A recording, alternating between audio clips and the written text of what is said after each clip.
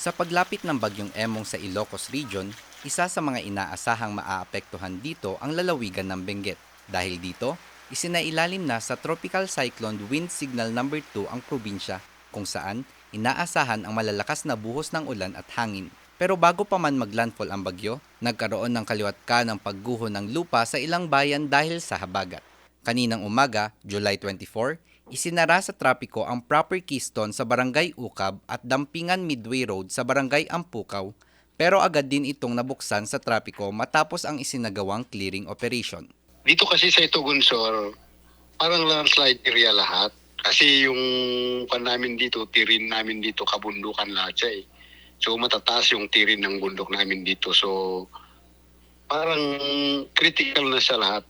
Meron lang kaming mga tinututukan na talagang may nangyayari ng landslide. Hindi naman madaanan ang Luneta Luwakan Proper Junction sa Barangay Luwakan dahil sa pag-apaw ng ilog.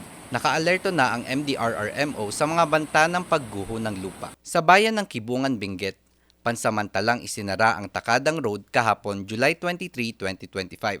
Matapos maitala ang pagguho sa isang lane ng Geday section dahil sa pagguho ng lupa. Kahapon naman, ininspeksyon nila Trinidad Mayor Roderick Awingan ang mga bahaing lugar sa kahabaan ng Balili River. Kasunod nito, binisita rin ng alkalde ang Sitio Paltingan sa Barangay Ambyong na isa sa mga itinuturing na landslide-prone area. Ngayong umaga, nag-ikot din ulit tayo sa mga ibang barangay para kumustahin naman yung ating mga barangay.